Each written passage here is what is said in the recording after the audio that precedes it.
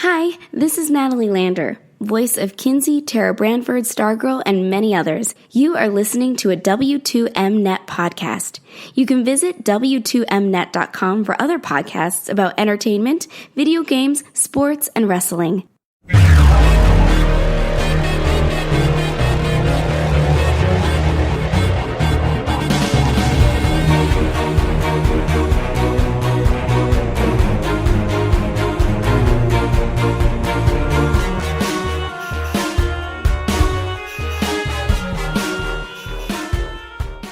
You are listening to Video Games to the Max. Hello and welcome to Video Games to the Max, episode 269, and I am your host, Sean Garmer, here with me, as always, Mr. Marc Morrison. Howdy. And well, this week, I didn't get any closer to getting a COVID vaccine, but I had to take my first COVID test out of necessity, and now my mom and grandma have scared me here, even though I wasn't really around them.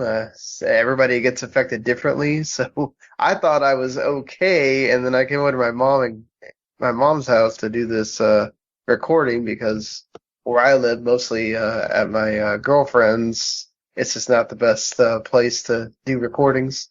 They've been really sick, so everybody's waiting for a result right now, and now I'm a lot more worried than I was previously. I got a runny nose and some sneezing at work on Monday, and to avoid scaring people on Wednesday, I asked my boss, hey, can I work from home because I'm still sneezing and I'm still having this runny nose a little bit, and last time I had to basically breathe in my own snot for a large part of the time I was working because we had to wear the mask the entire time. And even though there's literally no one in the same aisle as me, we still do it just to be preventative. And I even went to go wash it, and then it was worse because I was sitting there breathing into a wet mask, which then got snot in it again. So it's like not helping. So she said, okay, yeah, sure, but you're going to have to go get a COVID test. And I said, okay. So I went to CVS, signed up, easy process. I had to do it myself, which was interesting.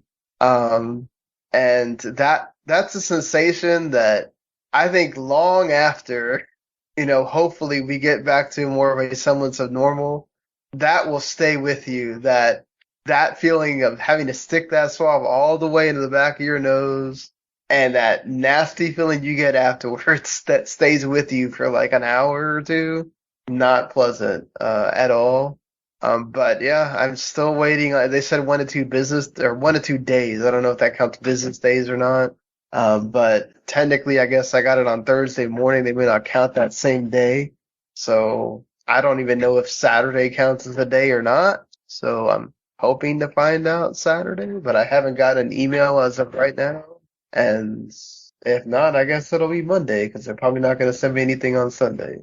Yep. So that is my week. I've been getting to work from home. But yeah, man, I thought I was okay. And then I come over here today and I'm like, oh man, it's kind of scary now. It's like, to hear that my grandma's got the first shot. So she's a little bit more protected than she would have been, I think, a month ago. My mom does not have any shots though. So I'm a little bit concerned about her, but she seems to be okay. Anaya was also a bit. She had a whole day where she was coughing. So yeah, I don't know. Yeah. Well, I guess I'll let you. I'll let you know next week if we're doing a show or not. Yeah. If I get bad or something, but hopefully not. Hopefully it all stays okay. So yeah, I've only played one game, and that was on Saturday. Before this whole mess started with the week, I had been offered a game called Another Eden. It has some weird subtitle with something about the cat in time. Is that a Steam game? Yes, a Steam game, yeah. Yeah, I got that offer too, and I wisely said no. Well, I said yes because it said former Chrono Trigger and Final Fantasy devs or whatever. I should have paid more attention when it said mobile. Your save from mobile can come over. Well, because, oh man, it's a mobile game. yeah, I said no because I looked it up on Steam and it said free to play, and I was like, wait, why are you offering me a review code for this free to play game? Yeah. Oh, and it's like a beta as well.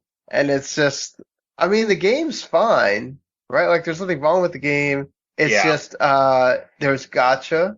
Yep. Another reason I And, said no. and I don't mind gotcha. My problem is it does not have controller support. And it's fine because it's not a very, graphic intensive game at all. So I can play it on my old computer it's a 27-inch all-in-one desktop, and it has touchscreen. Well, the Yeah. thing is, it's so much easier to play with a touchscreen than it is with the mouse because the mouse doesn't even appear on the screen. You're having to like guess. So I was just like, you know what? I'm just gonna keep touching the screen. And I played it for like 2.5 hours. They do give you like a bunch of diamonds or whatever those things are called. Yeah, currency. The currency for getting the code. So Yeah. I did get a lot of the characters, so I have like a different party, but still, if it wasn't so much for the touchscreen thing, I wouldn't mind it. It's just you could definitely feel they just brought it over to Steam as is, and it's very much a mobile game. It's very easy to go in and out of places and whatever. The fighting's all turn-based. And that's where it's more annoying that you don't have controller support because then I'm having to press with my finger each like time that I want to attack and whatever. I mean, there's a button, there's a key you can press to like repeat the same attack, but if I don't want to repeat the same attack, you're still, so, I mean, like I like the art style and the music's good and everything. Just, man, I should have paid more attention that it was a mobile game, but we'll see. I might play it some more. It's a nice little deviation from like Bravely Default, which is, much more intensive or whatever. And so, Yeah. that's it. That's it for me as far as playing something. I actually need to remind myself to download Oddworld Soulstorm while I'm here. I Yeah, forgot to do that last. I just gotta hit the grab it, and Although, like, I watched John Bomb's Quick Look, and they were just like, "Yep, it's an Oddworld game," and I was like, "Yep, still don't want to play it." They promised that, and you got it. So I think they simplified the game speak system a little, but I was like, I still don't want to play this at all. Like, it looked nice. I'll give it credit. Like, it actually looked kind of cool. Like, it looked visually interesting, but not for me at all. Like, I remember playing that game like when I was a kid, and I was like, this is dumb even then. Right. I had like some PC version for some reason. I don't know how I got it, but I had it, and I'm like, yep, don't want to play those. Yeah, I finally finished up Valhalla. Like, I didn't get every trophy, but I got 100% of that game. Okay. Well, that's what so no, so you didn't get the platinum, but yeah, there's still like some stupid trophies I have to get, like collect fish every fish, or walk by guards when you're in like when you're like with a group of priests or something like that. I mean, it's all like minor stuff, but the big ones I did, and I was crestfallen like 5 days ago because I finished like one area. And I was like, oh my god, I'm finally done. And then it was like, oh no, here's another area. And I was like, god damn it. What else? Oh, I got 2 fun games in. I got Lunar Silver Star Story complete for PS1. That is a fantastic game, yeah. Yeah, I used to have it as a kid. I don't know I think I left it with my dad and he's got rid of it or something. But it's a complete version, like with the manual and the map. For like $100, which actually isn't that bad. It's not bad at all. Yeah, because it retails for at least $200 on eBay. So, and it's in like it's in really nice condition too. So I'm like, all right, cool. The other one I got in I finally got in my copy of Taiko no Tatsujin for PS4, the drum game. Yeah. So the drum has 4 sensors. It's basically a circle in the middle with a left and a right sensor, and then the outer ring has 2 sensors, a left and a right for that. The right outer ring sensor doesn't work. Oh no. Yeah, like, I mean, I plugged it in, everything worked except for that one, and I was like, well, kind of I'll calibrate it. I recalibrated it. No, the left one works perfectly fine. I can light tap a work or, a hard thwomp, but right one does not work at all. So I contacted eBay and requested a refund, a return. The guy hasn't gotten back to me yet, but I find it really depressing. Ah, man, yeah, like after waiting all that time. And I even bought. What's funny is like last weekend I bought the Switch version of the Taiko Switch game, Drum and Fun. Yeah, Uh, because you can't actually use a controller for both for the PS4 and Switch. You just need like a little adapter. I'm yeah. like, all right, cool. Like once I get the drum, I'll be all set. And then yeah, it doesn't work. I'm like, God, God damn it. Uh, Well, so I'll hopefully return that and get another one if I can. I guess it's some like weird problem with the Hori drums. I've read issues like it's more the left side that breaks, not the right. So I guess I'm special in that way. Uh, uh, that but sucks though. Like you're like yeah. that's what makes that game special, of having the drum. Yeah, I mean, I played Uh, it with the controller. I'm like, I mean, I guess it works, kind of, right. but It's like it's not. playing Guitar Hero, the Yeah, second player when the other guy has the guitar. It's not the same, you know. yeah. But the game I actually fired up, I want to say 2 nights ago, and I've been playing ever since was Yakuza Like a Dragon. Ah, finally got into that, huh? Yeah, I got bored enough, or I got bored, and I was like, all right, let's see what this is all about. Well, I mean, that should keep your interest for a while. I mean, that game Well, is fantastic. I know I'm probably not getting near Replicant next week, so gotta assuage the sadness somehow. Uh, Uh, Yakuza's fine.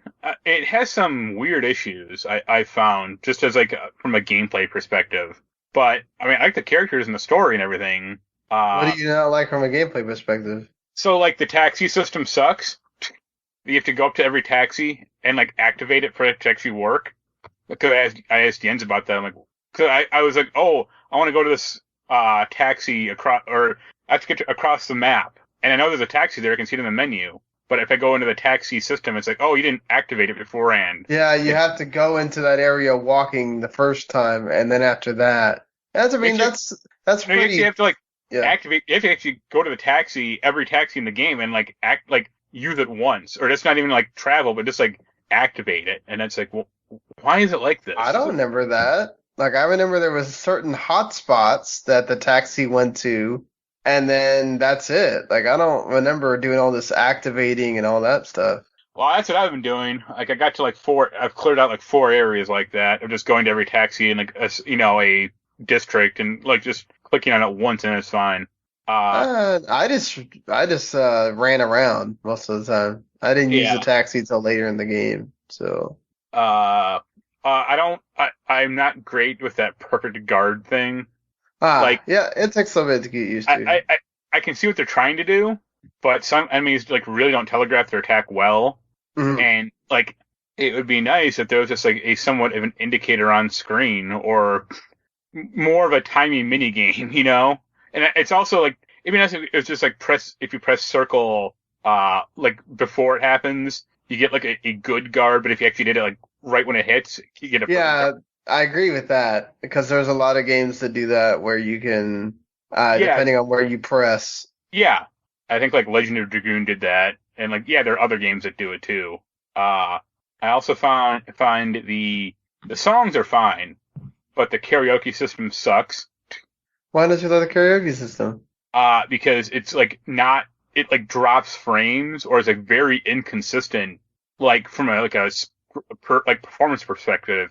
Like it kind of like it seems normal, but like game kind of the song slows and speeds up at like weird spots, and I'm like, this is kind of weird. Like this is just kind of playing a movie sequence over like overlaying a QTE, and it can't keep up with it. Oh yeah, that's true. But I think the movie thing is cool, or the theater thing. I'm in like chapter 5, where Hmm. but yeah, I like it. I'll keep playing it. I think it's weird though. I got a bunch of DLC stuff, but they gave me like a whole bunch of crap, and it's like, oh, I downloaded one of them. It's like, oh, you get a costume for Ichiban, but I don't know how to use it, or I think Oh, if okay, so when you get the hero job, yeah, I just got that now, or yeah, he'll no, like okay, it's with certain jobs. It's a certain yeah. job that'll be able to unlock it. With Ichiban. With the Well, other guys, yeah. you'll see it like anytime. Like you'll eventually get to unlock. I think it's like the Majima and Yeah, the uh, Legends pack, I got that also. yeah. Uh, but yeah, it seems like a fun RPG so far. Yeah, Do you like that they move around and stuff, and you can? Not really. Yeah. No, because like like one of the things is like, oh, if you're close to an item in the game, like in the fight arena, like a bicycle or something, you'll pick it up automatically and use it. And it's like, that's terrible. Like, I'd rather just be able to like move on my own a little and do like, cause I'll have like characters just like walk into an item or like kick it towards a guy, and it's like, well, he's behind like a curb that he, will never hit him. So why'd you just do that? And I also find like a lot of the status stuff doesn't work at all, except for like burning. Yeah, burning was the one that I used. Poison works. Well, it's like, oh, we can use the cops like stare to like cower enemies. It's like, no, you can't. Like, believe me, I've been trying to do this and it doesn't work at all. Yeah, I was really only able to do like burning and poison were the major ones that. Yeah, like ones that actually do something. Like I think her name is Psyche. She has like one where like she like lays down on the ground and does like a sexy pose, and it's like, I've done that like 10 times. It's never worked once, so why would I ever keep doing it? Yeah. But yeah, I did the can one, the can mini game. Like I did that completely, and I did like the go-kart one. That seems okay. Oh, the go-kart one's fun. The Mario Kart. Yeah. Yeah. But yeah, it seems fun so far. I mean, I'll keep banging away at it. Yeah, I mean, it'll give you plenty to do for a while, so that's a positive with that for sure. Well, anything else? I think I'm just about done with Breathedge, and I don't mean I finished the game. I just mean I'm kind of done playing with it. So that's not good then. No, well, it like the kernel is good, but like just the gameplay is just there's not a lot to do. Like, there's no enemies or anything, so it's like, okay, I'm just trying to survive. I'm playing like the story mode, so there's no actual survival aspects really. Like, there's no hunger or thirst. I mean, I know this in the game, like in the survival like mode, but like not in the story mode. And then you start at like the back of the ship, like at the beginning of the game, and like one of the first initial goals is like, oh, you need to fly to the front of the ship, like in space, the front of the ship that like broke off to get to like the captain's quarters. And I'm like, all right, I get that. And I built some stuff to get out there, and I kept stuff in my back base of like, materials or like just stuff in like the chest, for cargo area. Mm-hmm. Got to the captain's part, and they were like, all right, then this is kind of your new home base, but none of that stuff you had before traveled with you. So if you want to get that stuff, go back. And it's like, that's not something I really want to do. I would be happier if you just had some like magical techno babble speak about like, oh, the cargo containers are now linked, so you can use any of them, or use this one as your new one as well. Yeah, it is an indie game, so yeah, and just too much dialogue. Like it tries to have like the sense of humor that's just awful. Like one of the first things you have to do is like build.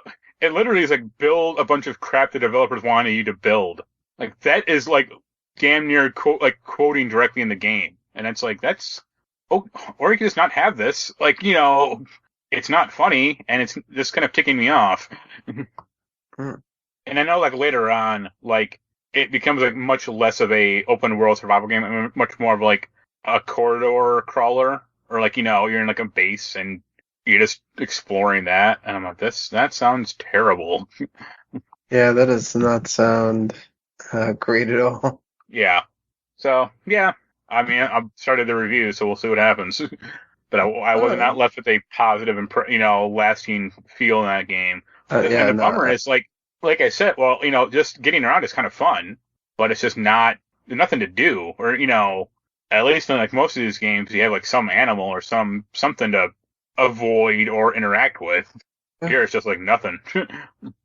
Well, not all survival games are made equal on that front. Exactly. Anything else you?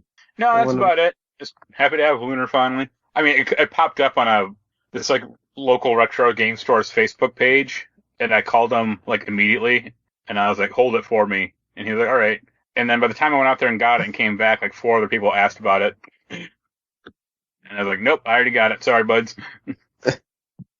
Yeah, well, Although now I can try to track down a copy of Lunar 2, which is more expensive. Oh, well, have fun with that. I mean, at least you'll get to say you have both there. Yeah. But, yep. It's on to the news front, I guess. Yes, on to the news. And, well, let's start off with looking at the best selling stuff from the month before. Because, hey, it's NPD time, so why not go through that trend? First of all, even though PlayStation 5 is technically not the highest selling system of that month of March, the PlayStation 5 is continuing to break records.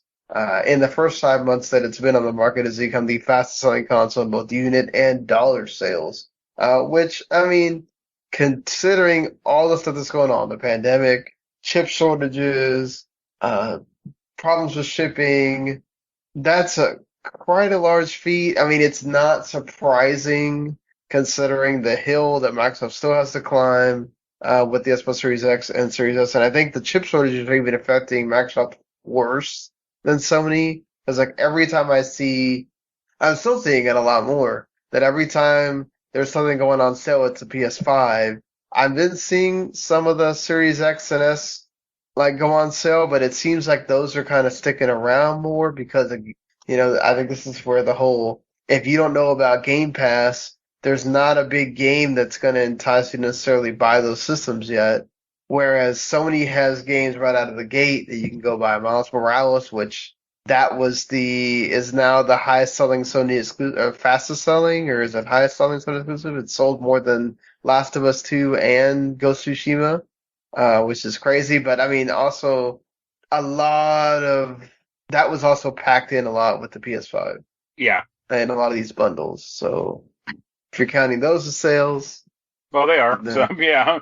I mean, I mean, they are, but I'm just saying, like, it's like sometimes how the Wii Sports and even Mario Kart, which, is still high on last month's, is kind of a little bit inflated because when you buy the system, Mario Kart 8 is still one of the, like, bundles that exists out there. So.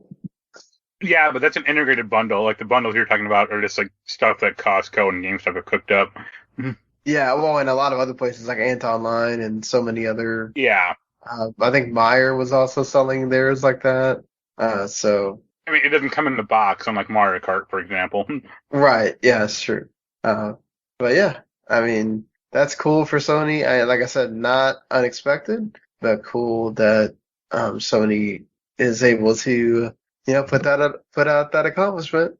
Yeah. And I've still yet to see a used PS4 or PS5 in existence. Well, yeah. I mean, what reason do you have to turn that thing in yet? You haven't even really gotten to, I mean, okay, the launch lineup, but then you're getting that first game pretty soon here with Returnal, so. Well, I mean, like, I haven't seen any Xbox Series X's, but I've seen Series S's for sale, like, used.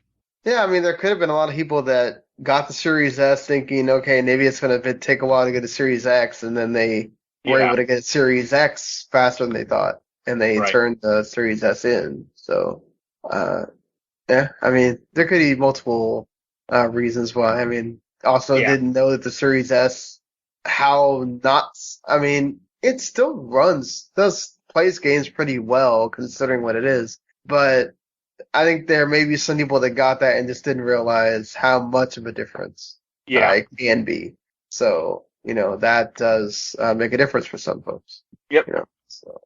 I mean, there's also the whole, I mean, yes, we are still in the pandemic, and technically in March 2020 was when stores are really first closing. So it was like still the beginning sort of the pandemic. We hadn't hit like those other, the further months. Like it'll be interesting to see, will April and March 2021 break the 2020 records or not? But the March 2021 record, is breaking at least last year's with 18% higher revenue with a record of 5.6 billion for that year, which that's pretty crazy. Of course, it helps again that you're having these new systems out there, but they're also hard to get. And I wonder how many of those sales for Sony are from scalpers that are sitting there with PS5s that they haven't sold yet.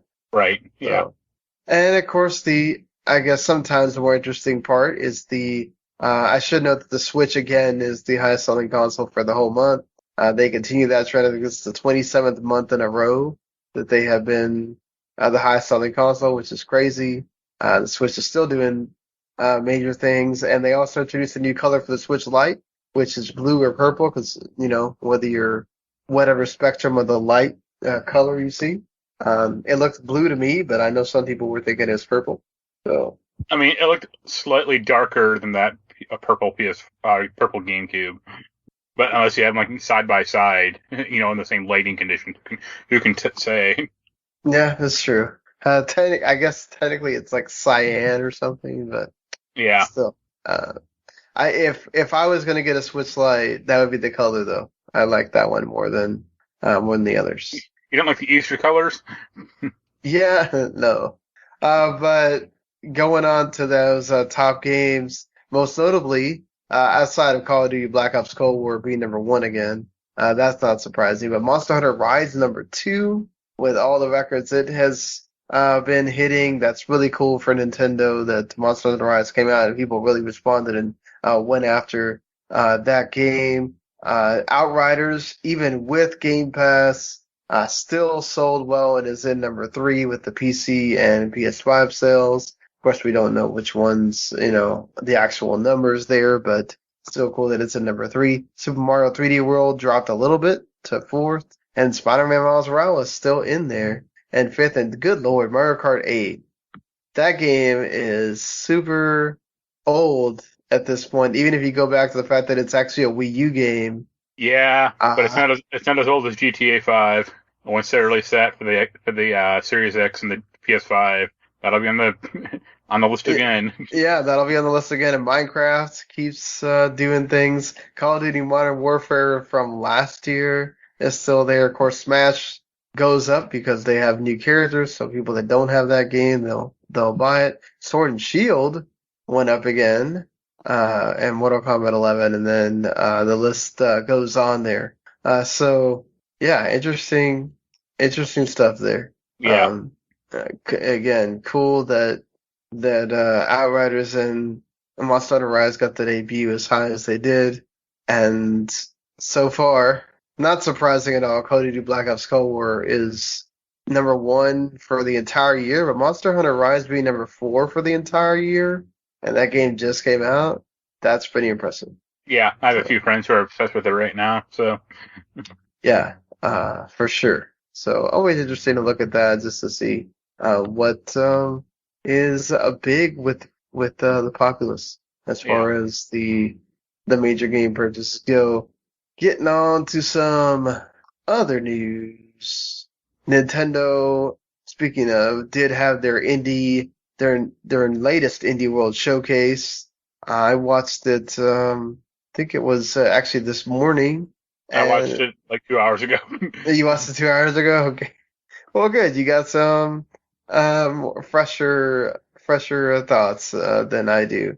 I worked in between, so there's probably stuff I forgot here. They got to show off more of The Last Stop, which is one of the games that I'm interested in from Annapurna. That's coming out later in July, and they also showed off another Annapurna game that's coming later this year called Hindsight, that deals with a woman's like memories, and it's basically your decision to decide what's more important for her to remember and what she needs to forget.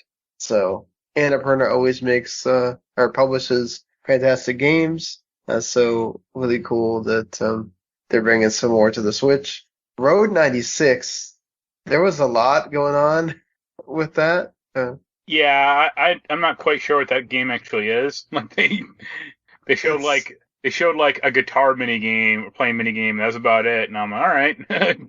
I don't know what's actually happened in the story, but sure. Yeah, they showed quite a bit of mini games. It's a procedurally generated story-driven adventure game. So man, that's a mouthful there. Yeah. You go on a road trip to the mountains, and there's a lot of questions you have to answer, and then I guess you go through different perils as time goes on because it's all procedurally generated. So there was a lot of narrative stuff in this as well. The longing also had a bit of narrative there. Yeah.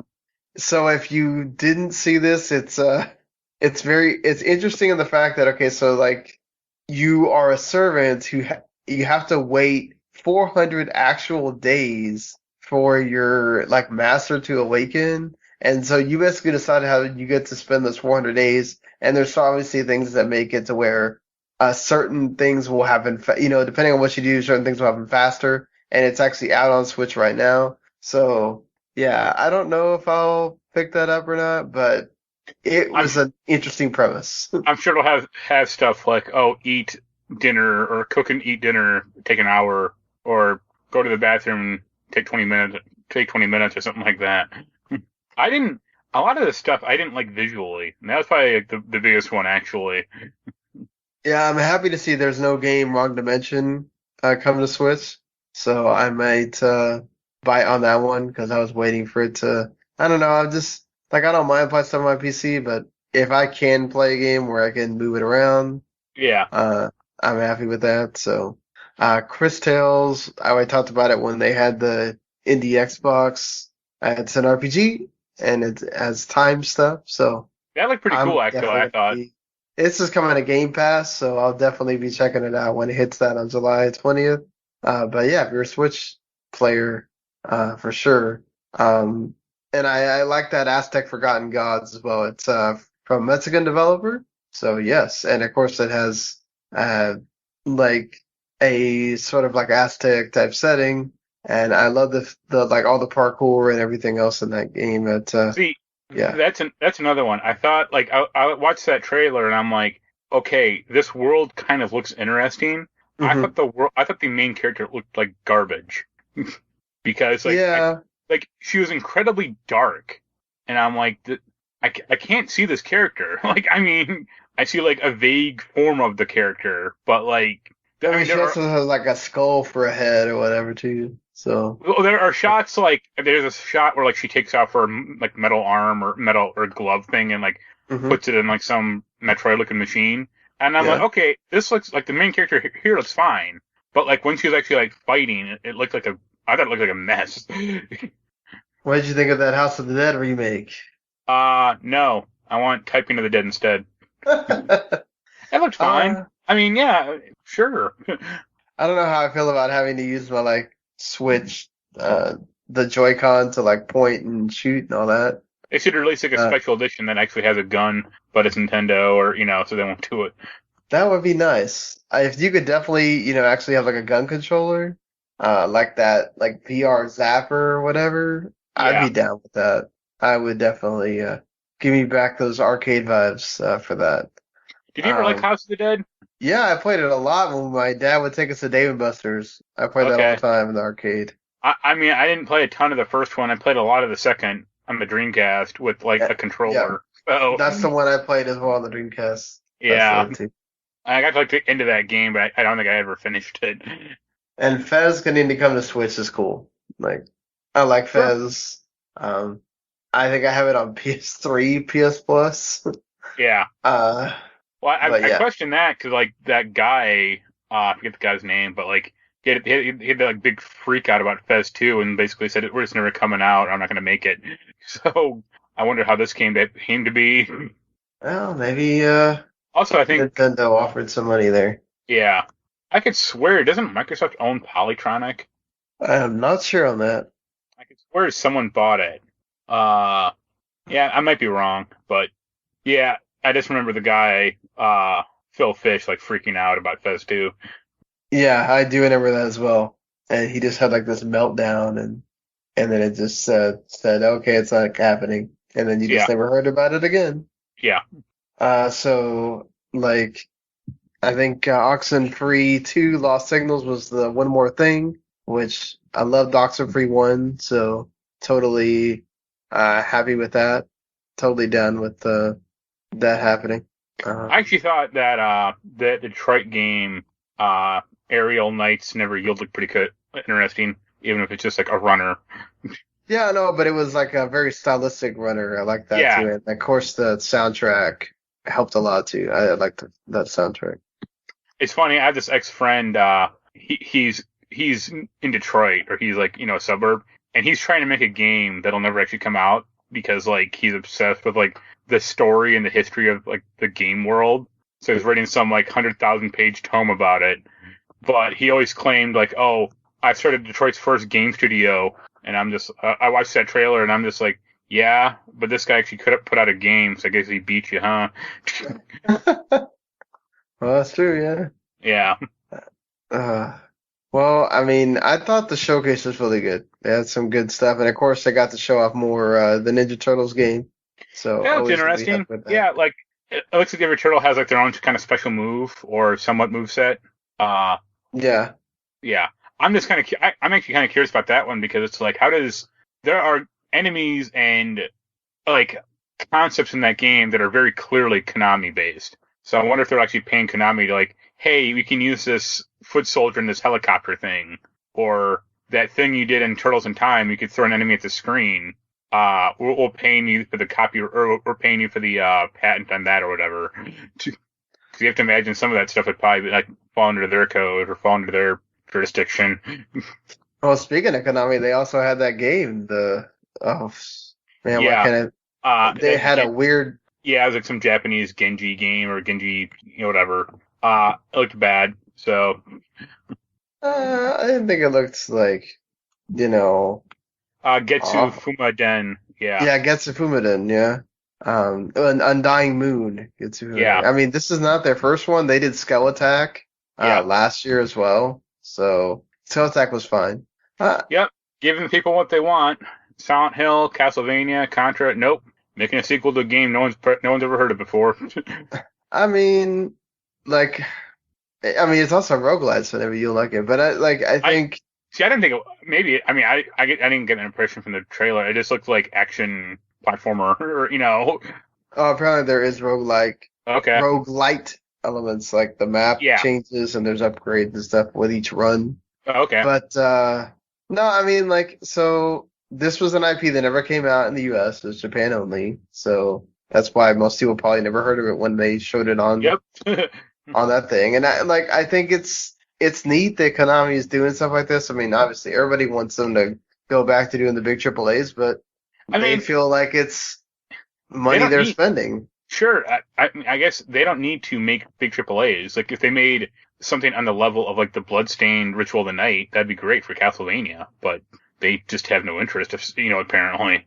Yeah, I mean, like I would rather take Castlevania over this thing, or I mean, whatever. There's some 2D Castlevania, not that 3D crap they kept trying to make for the last 20 years. That's why sometimes when I keep seeing this rumor that's been popping up lately of like Microsoft is going to announce some that they have rights to the IPs of Konami, and it's like, that wouldn't necessarily be a terrible thing because Konami's not really doing much with their IPs either. So if you give Microsoft the ability to give some teams some of their games and get to make new ones, then they can have Shared Entertainment, who made Shadow Complex, make a Castlevania game. Yeah, why not? Let them do that. I mean, could that be Kojima getting to do Silent Hill? I mean, the problem with that is, I never really liked Silent Hill just as a franchise, and I know there is kind of a history of Silent Hill, like chronology or a backstory. Right. But if you had to boil Silent Hill down directly, what would it be? Like a guy or a girl in fog-infested town, right? Right. Yeah. It's such a basic concept. Why not just make something new? Or instead of calling it Silent Hill, call it Quiet Mound or something like that. I just don't feel there's anything inherent to Silent Hill just as a franchise that makes it. I mean, I guess people really loved the old ones, but the characters, right? Some of the it's not villain, some of the I mean, I don't. That's the thing is, I don't think. At least I'm pretty sure that at every game you play a new character, or at least most of them. Okay, not the characters like Resident Evil. I'm talking about the enemies. Oh, okay. I guess are unique to Silent Hill, right? And that atmosphere, that music. Yeah, but I guess that's. I mean, well, I don't know about the music, but like the atmosphere, it's like that's such a just like generic concept. Like you could just make something new or make something like that's the same thing, just not called Silent Hill. Like I think like Resident Evil, there are more things to like latch onto because a lot of those games do have the same characters, or there's always zombies, or there's always like ink ribbons or health herbs and crap like that. At least most of them. You don't like my quiet mound idea? It sounds silly.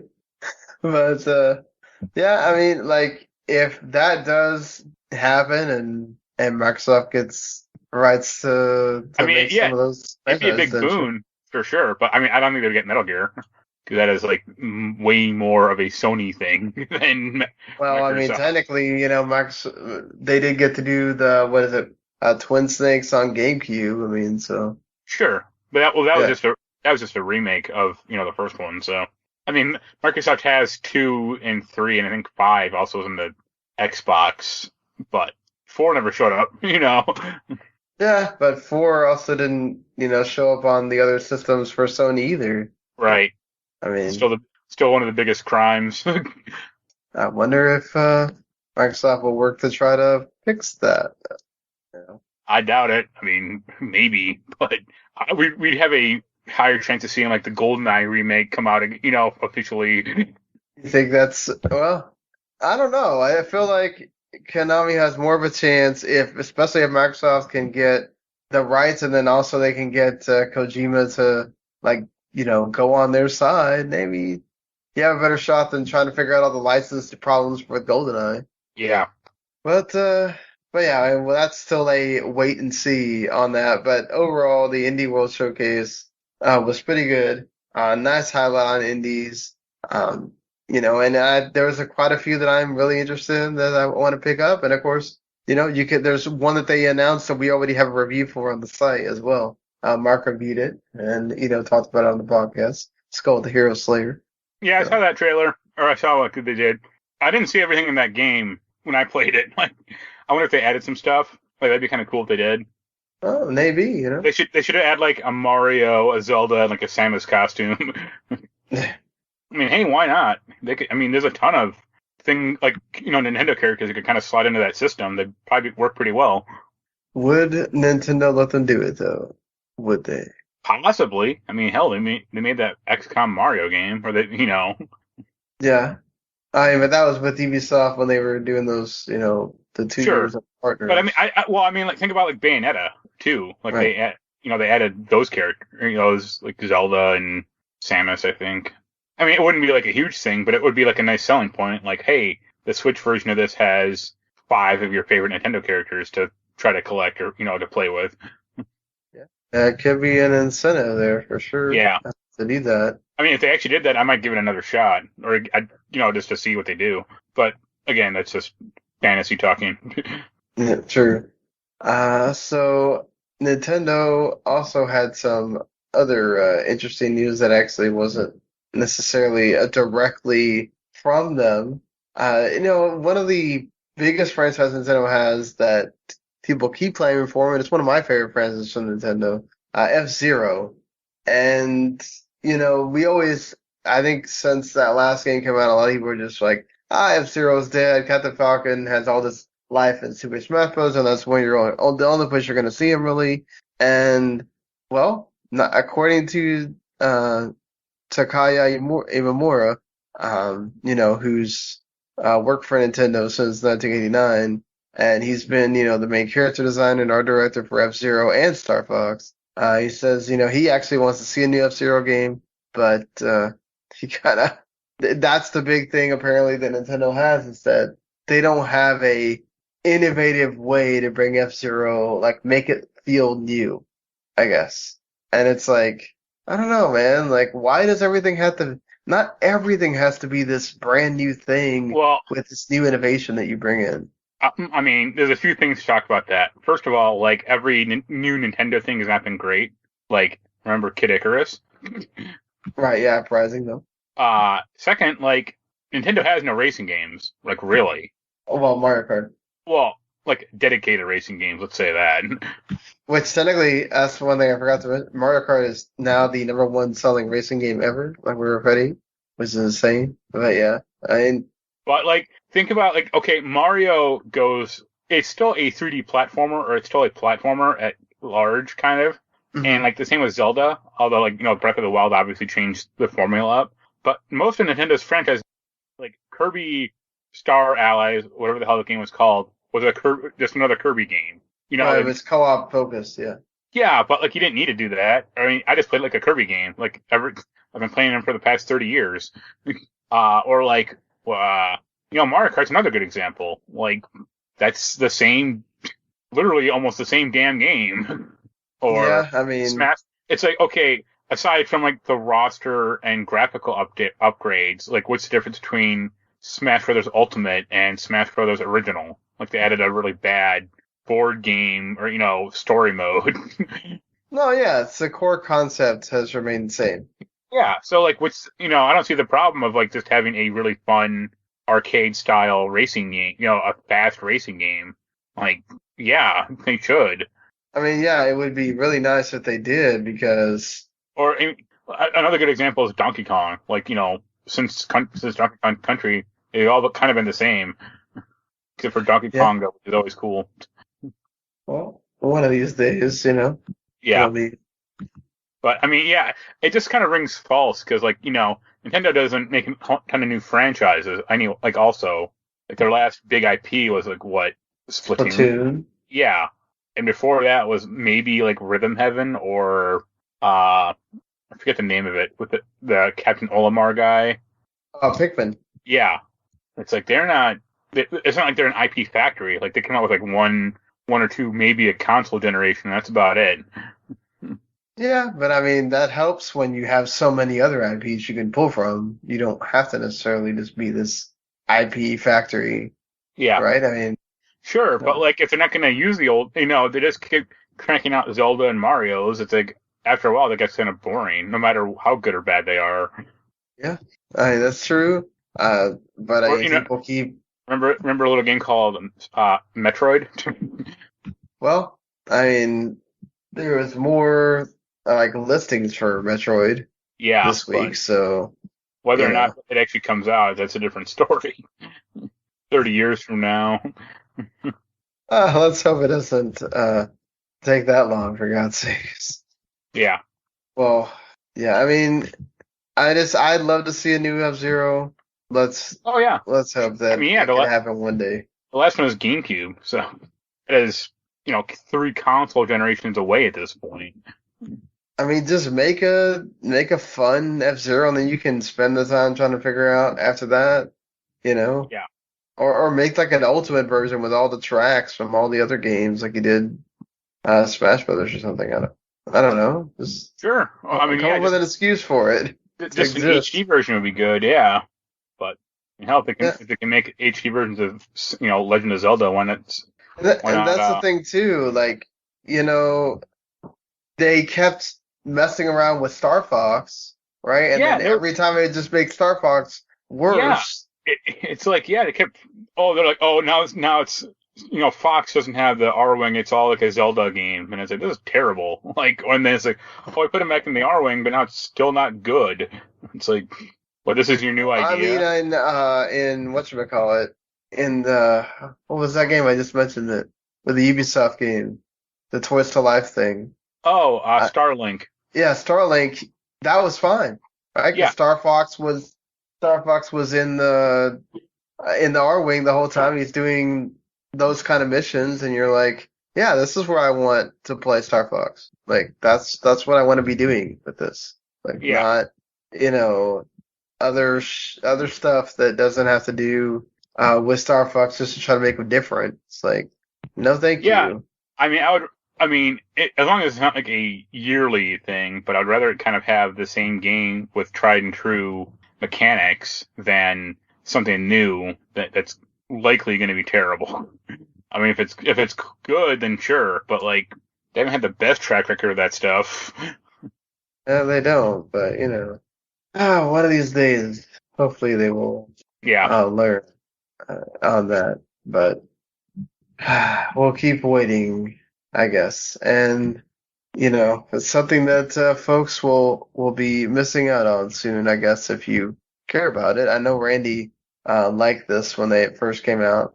I don't know if he ever got the VR one. He never said anything to me about it, but Nintendo Mini Labo possibly could happen. But as far as the Nintendo Labo, it's pretty much going to be discontinued, it looks like. Anything. What a shock. I mean, anything involving the old Labo kits, the original ones, gets redirected to that VR Labo kit, which is the most recent one. And then, yeah, I mean, it feels like pretty much you're not going to probably see any more Labo. But yeah, I mean, number one, they were expensive, and then number two, it's like, why are you going to buy this? Use it for like a day, or you put it together, and then you actually play the game, and it's like, this isn't really that fun. And then... Well, they're all demos. None of them are actual, like, full games. So, yeah, it's like Wii Sports. If you don't have people around to constantly be showing this kind of thing to, where you can, like, generate a new experience for someone, I mean, it kind of wears out its welcome pretty quick. Yeah. So. I mean, I've been thinking about recently, like, Disney Infinity and Skylanders, and, I mean, not really Starlink, but that Lego one, and just, like, that was a big thing, 8 years ago or 10 years ago. Yeah. And it's just completely fallen by the wayside, Weird, like, to think about how big that was and then how quickly it just fizzled out. Yeah. I mean, and I think it helped a lot also that it became this ridiculous thing for these toy stores and GameStop and everything. It's like how I remember Toys R Us just absolutely filled to the brim with aisles of Skylander stuff, and then Disney Infinity would come out and they'd be all over the frickin' store, and it's like they just sit there, and I'm like, oh my lord, what are they gonna do with this stuff when people are not buying this anymore? It's like, and I think Disney, I mean, you said it, I think at the end that they were eventually gonna just do away with the whole keeping things stuck to their own, worlds or whatever. But it's like if they would have made it like Kingdom Hearts from the beginning, well, which is really not, because I guess they all stick in their own world as well. But I don't know, that like the whole point of that was that if it's a toy, people want to be able to mix and match. That's what people do. That's what kids do. Like, it's like, I think if you would have done it that way from the beginning, I think there would have been more life to that. Yeah, well, like, I know, like I said, Disney Infinity 4 was going to be like that. Yeah, like what Lego Dimensions did. Like, Lego Dimensions figured out really fast, like, oh, the whole point is that you have all of these, and they get to all be together. Like, yeah, I want that. Yeah. Like, it was actually pretty good. They just couldn't, they couldn't keep it going, because people weren't buying it. But. Right. Well, I mean, like, Infinity 4 was supposed to be, like, the video I have is, like, the Hulk running around Agrabah. Wow. And this looks bitchin'. Like, I'd play that game. Why not? And then it's like Aladdin. It's like Aladdin is in Agrabah, and he's, like, fighting, like, Star Wars, like, droids. Oh, I mean. And it's like, yeah, that's what awesome. That's what I wanted to play originally. Yeah, like, you have the stupid toy box nonsense, and it's like, I don't care about that. Like, just give me, Iron Man fighting Darth Vader or something like that. I mean, that would have been awesome. Like, that would have been, like, I think that was everybody's dream, right? To, like, be able to, Marvel characters and Star Wars characters, some of the Disney characters with the Marvel characters, like, man, and then you get none of that. And that's what, like, that's what Lego was, kind of, but, like, it was too costly, and it just was not that popular. Yeah, profitable. Yeah. I mean, by then, too, by the time Lego Dimensions came out, people were kind of worn out. Oh, yeah. It was already, tired, or, it was too late for Lego Dimensions, for sure. Yeah, it became like this thing where it was just, like, way too expensive to keep up with. Which, I mean, at least Disney Infinity, they put all that crap on PC eventually, so you can just play, like, all of it if you just buy the games.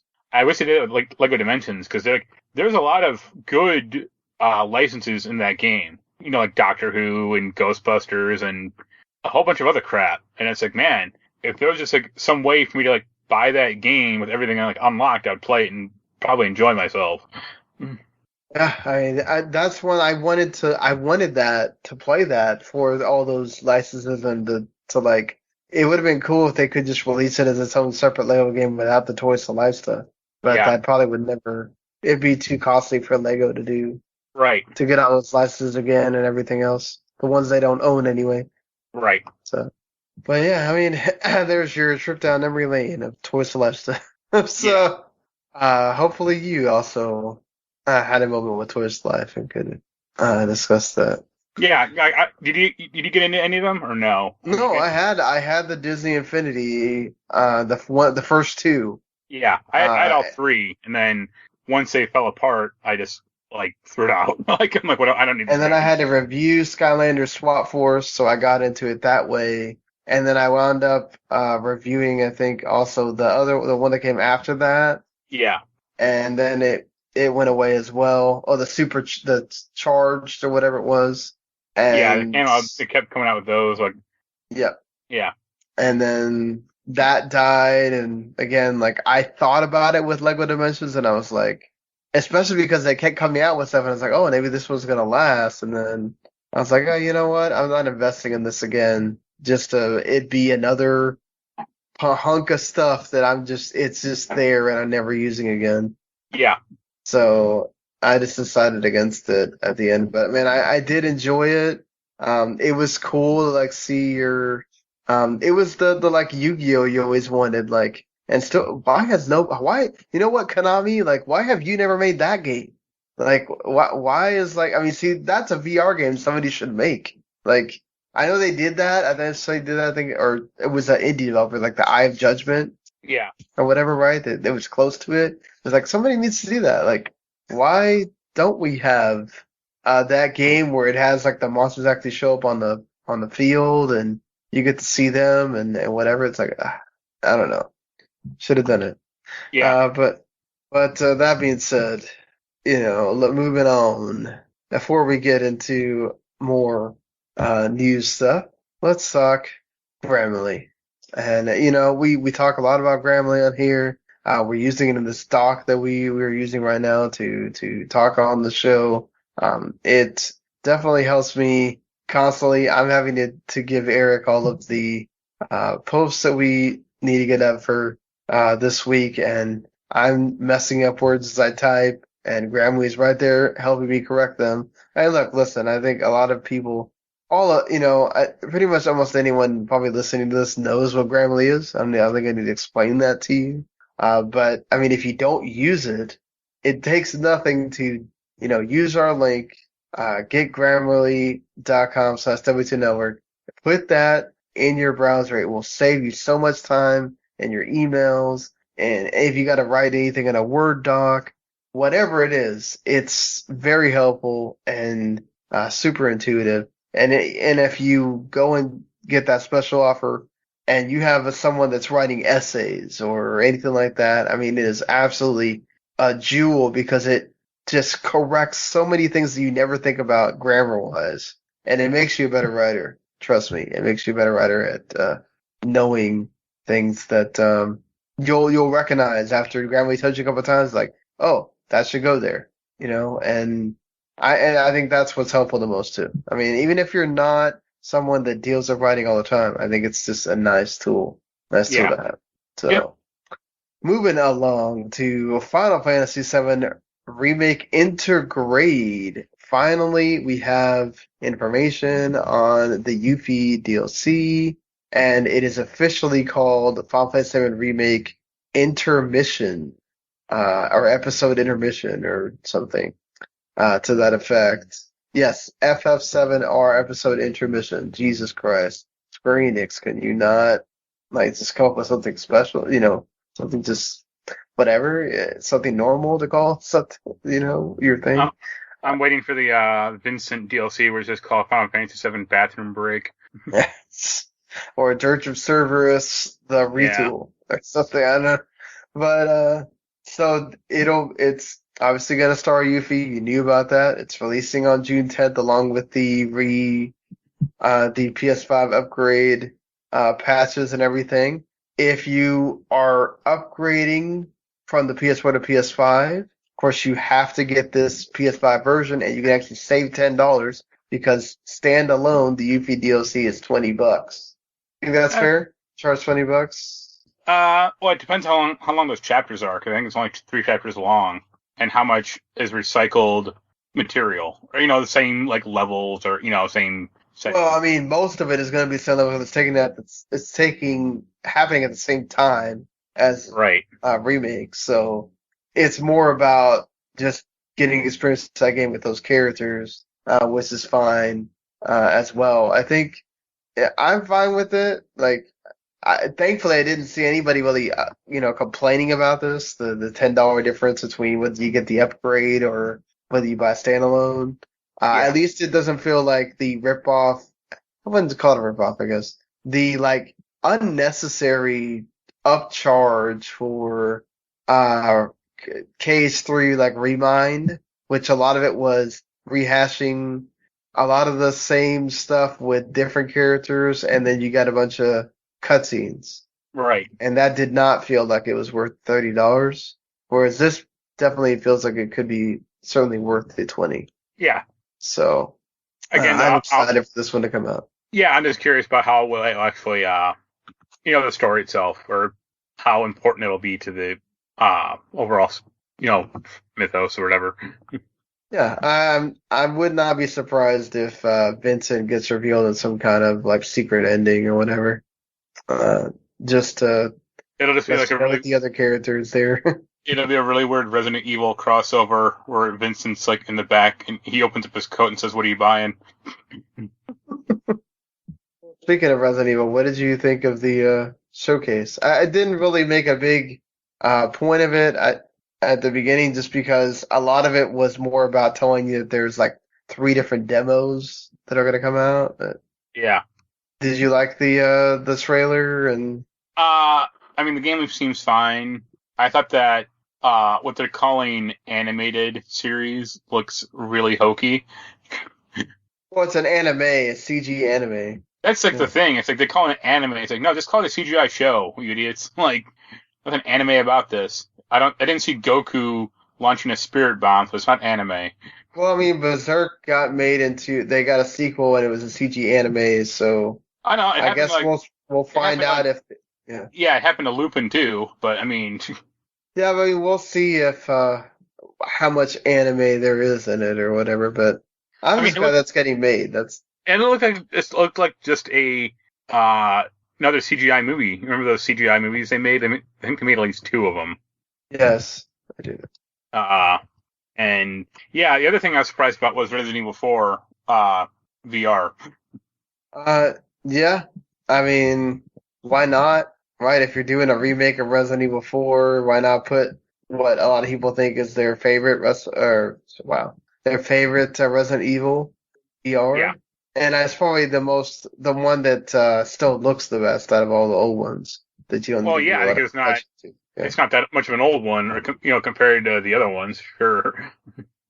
I think it's cool. I'm not gonna say I still wish I had my PSVR or whatever, but because it's my annoyance is it's only Quest 2 exclusive. It sounds like, or it seems, and it's I got a Quest 1, so thanks for that. Yeah. Well, and from what I understand, the Quest, they're also introducing some Quest 2 new feature where they can stream games wirelessly from a PC to the headset, or they're trying it, and it's Virtual Desktop already does that with a weird hack, but it still does it. So, well, you want to be able to do it without having to do a weird hack, though. So. Yeah. And I like the fact that it exists, and that Capcom is doing more of that. Resident Evil 7 VR was a huge thing for them, so why not do it? Yeah. And this was something that was funny because it took over Twitter for an entire night, and then the next morning Square-Enix came out and was like, "Nope, we are not letting people feed." See, because this is where I was talking about last week, where Sony sometimes is really slow to say anything, or they just say nothing at all Whereas Square Enix was like, we're not even letting them think about it too long. This is a no, no, and no. Yeah, companies are wanting to acquire Square Enix. Well, wouldn't anybody? And they're like, no, we're not trying to sell off the company. Yeah, people are trying to say like Microsoft is like interested in buying it. Sony and Tencent. And I wouldn't believe for a second they would even think about allowing Tencent. Yeah. You know, but I mean, I feel like if they were going to, it'd be Sony before Microsoft. Because there's that law in Japan that would make it really difficult for Microsoft to buy them. Yeah. Well, not so much difficult as more of annoying. So it's like, why do would Microsoft really want to go through that? And it's just like, Square Enix just doesn't. I mean, like, okay, you can make a point of Konami, right? Like, they're not really doing a whole lot. If you want to say that, they're doing the thing, and like, Koei Tecmo keeps partnering with, Nintendo, or, they're doing the Ninja Gaiden thing with Microsoft, like, those guys, sure, but like, Square Enix, Bandai Namco, I mean, like, why would they, right? They're doing fine. Like, some of these, like, even Sega, Sega keeps being brought up all the time with Microsoft, like, maybe they're not doing as well, right? But they're doing okay, and, well, as far as we know, they did have the, like, forced retirements and, like, separated from the Sega Sammy thing and all that. But, still, I don't know. Battlefield Wonderland aside, Square Enix is doing pretty fine right now. I mean, like, I don't see the point of, you're gonna just announce all this Final Fantasy VII Remake stuff and all these other things you're doing, and, like, now you're gonna sell? Like, I don't know. Yeah, well, if Square was, like, on the downslope, you could try to see him sell, but, like, it's not like they're hurting for cash. Right, this is not a Bethesda thing, where Bethesda was openly trying to find people to buy them. Yeah. And Microsoft just said, okay, well, let's grab them before Google or Amazon try to grab them and, make this difficult thing. Like, I just don't see, this has been a thing for a while because people are like, oh, how's Sony going to respond? Well, why not buy Square Enix? You make partnership deals with them all the time, right? It's like, no, one of them doesn't always go together. This is just Sony trying to find an easy way to, like, lock down content so that their first party studios don't have to be making a bunch of stuff constantly. Right. And they keep producing games that are only on their systems when people buy their system. I mean, seems, like a pretty, kind of pretty evident what they're trying to do with that. Like, I don't know. Well, it's always like whenever Square game gets put on like an Xbox, like it kind of works or works okay, but. Well, I mean, it's fine, but like a lot of times, you see how long it took, right? For like those older Final Fantasy titles, Kingdom Hearts, now Kingdom Hearts is going on PC as well with Epic Games, but it's like, it wasn't the first choice, right? Yeah. Necessarily for some of these. And then obviously Sony's paying to keep them off that system, so we'll see. I mean, there's still people every day clamoring that because the original deal is over, that Final 7 Remake now needs to show up in Game Pass, and it's like, do they even have an Xbox version in development right now? Yeah. We don't know, but like it seems like they're not. So, but yeah, well. We'll see, but I don't know. This always seems. I was not gonna be happy about it because I will be happily pay Square Enix whatever for their games. They're my favorite publisher, and I don't think that it's great for us to keep seeing like these Bethesda level publishers get bought by these studios. It's not. I don't think we need to Disneyfy the gaming industry. No, because yeah, Microsoft is open and lets the companies do whatever they want, and also, from what we talked about last week, David Jaffe had one of the Sony Ben guys on his podcast, or video show, whatever it is that he does. And he talked about like Sony doesn't like limit what they can do, right? They still give them the creative freedom to do their thing. So, and that's all nice, but it's like, man, when it's owned by a different company, it's always be weary. Well, look what happened to Japan Studio. Yeah, I mean, you don't want to see that happen. So, I mean, yeah. Also, like companies have always had like creative studios that like don't make big selling games, and then they quietly get shut the hell down. yeah, and you have to worry about that too. Like I just don't want to see that happen. So let's keep that how it is. Yeah.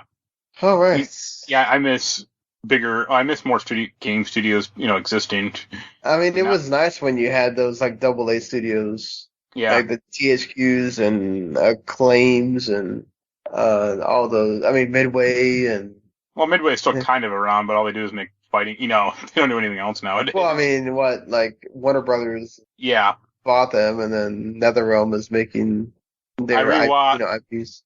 On that front, I actually rewatched the Mortal Kombat movie recently. I keep saying I'm going to do that because it's on Peacock, and then I get like partway through, and I'm like, oh, I'm going to do something else. Like, it's not a great movie, but it's still one of the best adaptations out there. And yeah, they keep it simple. Yeah, that's good. Annihilation, still one of the best video game movies, if not the best. Yeah. Sadly, though, we won't be getting much more Castlevania because after the 10-episode fourth season, it is going to be canceled. Yeah. I mean, this is one of the best animes Netflix has, and every season it's like keeps getting better. So this is weird that they're canceling it, but I know maybe it's gonna. Go on. No, go ahead. I know Warren Ellis had some like sexual harassment allegations, I think, and he was like one of the big creative minds behind that show. Yeah, that'll do it. Yeah. If that's the reason. I mean, they may apparently do something with the Castlevania universe and just do a new cast of characters with obviously new people behind it. Well, they could do. What's interesting is they could do. I mean, you kind of always need Dracula, I would say. Yeah, you do. But they could do like Aria of Sorrow.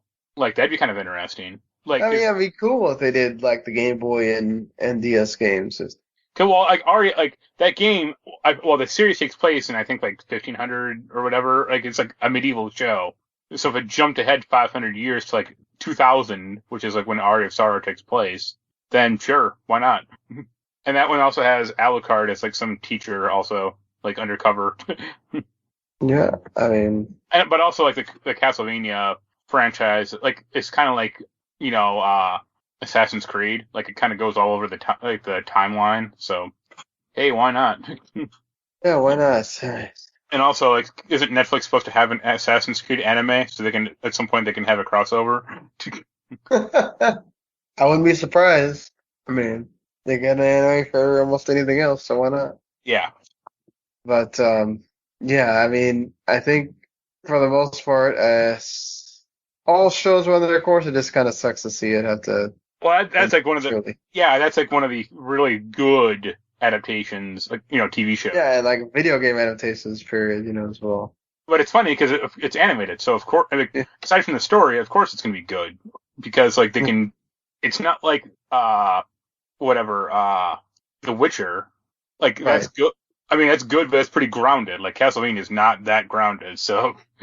I mean, it's not, but like still, I mean, for being in like I guess like Western anime, I think is what's also surprising about it, right? It's not like made by a legendary like Japanese team or anything like that, and the fact that they really like made it its own thing, Yeah. So, yeah, I mean, moving on from that, I guess WWE 2K22 was shown off. I didn't watch this here, but I just watched the trailer. It was like I think it was like Rey Mysterio and I think maybe Cesaro were like they just showed like them kind of for a few seconds. Mm-hmm. And what's the tagline? Isn't like it finally changes or it changes or something stupid? Wouldn't be surprising with WWE. Their tagline is "It hits different," And I'm thinking like, what, the hits actually connect now as opposed to the last game? Yeah, it hits different. I'm waiting for Like, that. Like, I'm waiting for someone to just add the S and H in front of it. yeah, because your shit never changes. They're gonna be. Yeah. At least Nintendo tries to make changes to their games, Like you do not with your Oh, products either. well, I know you're pretty checked out of wrestling. We talked about it online, but like, what do you think of all the releases yesterday? I mean the Iconics is kind of sad because they're always great when they're on. Uh some of it was like Bo Dallas, not surprising. Who else? Man, I had Mo- like like Mojo Rawley, yeah, Mojo Rawley's not. Baron Corbin. He stayed too long. Like what? It You seemed like a lot know. of it seemed like a lot of women got released, which is kind of surprising. But then people that either want to get released or should be released they're still Yeah, like around. Samoa Joe was the one that really bothered me because like he was just at WrestleMania. Yeah, Like I mean, come on. He was doing a great job at WrestleMania. I wonder if something will come out later that he wanted to be released because he didn't want to just be a commentator like Macho Man when he was yeah, released and went on to WCW. or like Kurt Angle. Yeah, And then like Kurt Angle as but then well. he came back, so that's or Yeah, but I mean, he came back to just do one match and then kind of do his thing. Yeah, I mean, those are the three that really bothered me was the Iconics, Billy Kay and Peyton Royce and the Samoa Joe. Like, like Mickey James getting released. I mean I like her. I surprised that she stayed as long as she did when she came back. Yeah, Um, Chelsea Green kind of getting released. yeah. Well, it's like Not too surprising. I like it's like they release Mickey James and Chelsea Green, but they keep Ava Marie on the roster still. That whatever. It's like some of the other ones, it's like okay, they're not really doing a whole lot, so it is what it is. Yeah. Why not get rid of because a lot of times they'll release people that you go, okay, They're still there. yeah.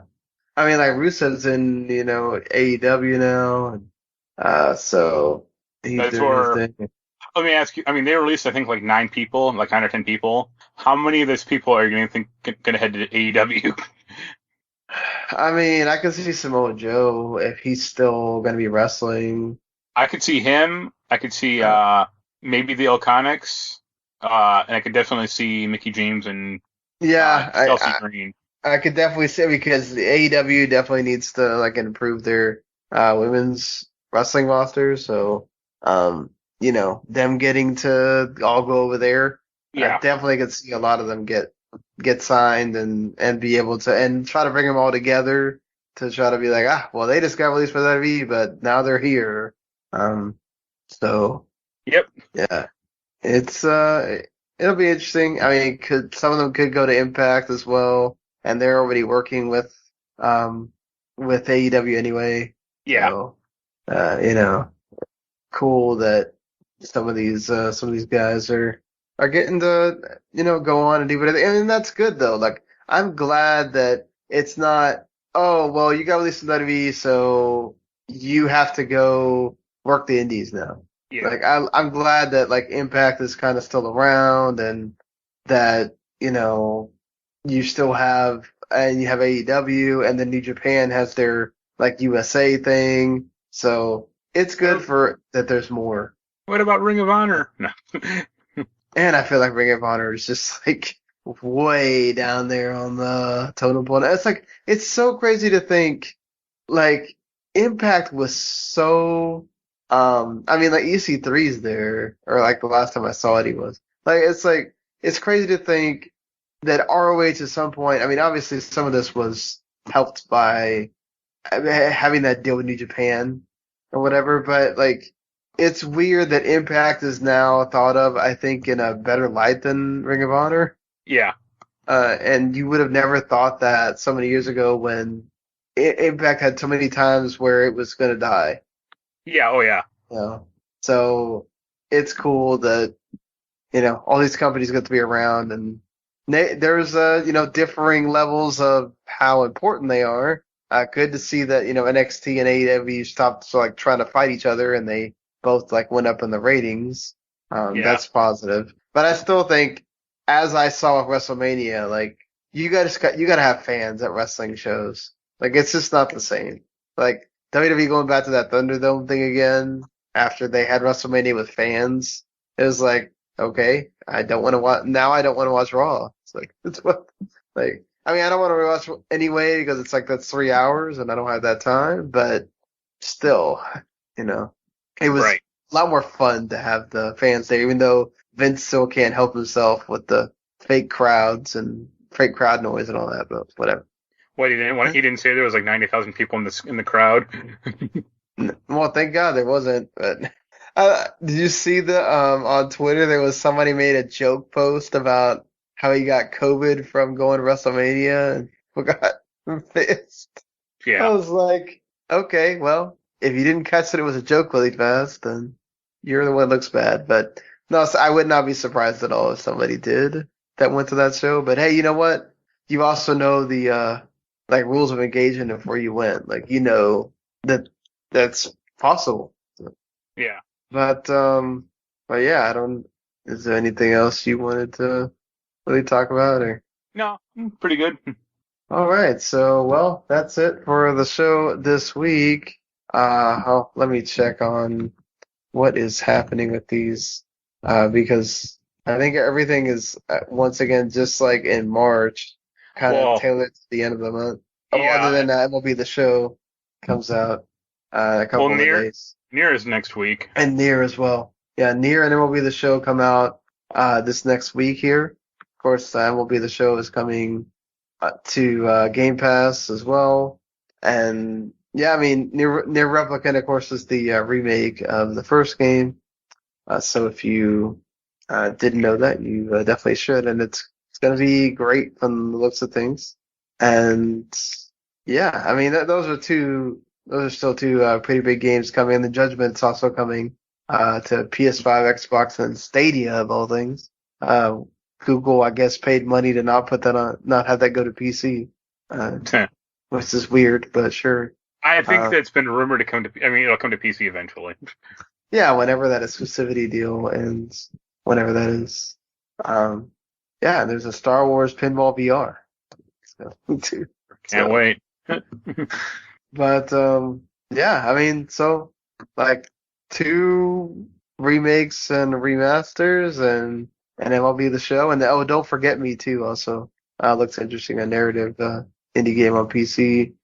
So yeah, man, some big hits coming pretty quick. Just make that decision with your wallet on what you want to buy.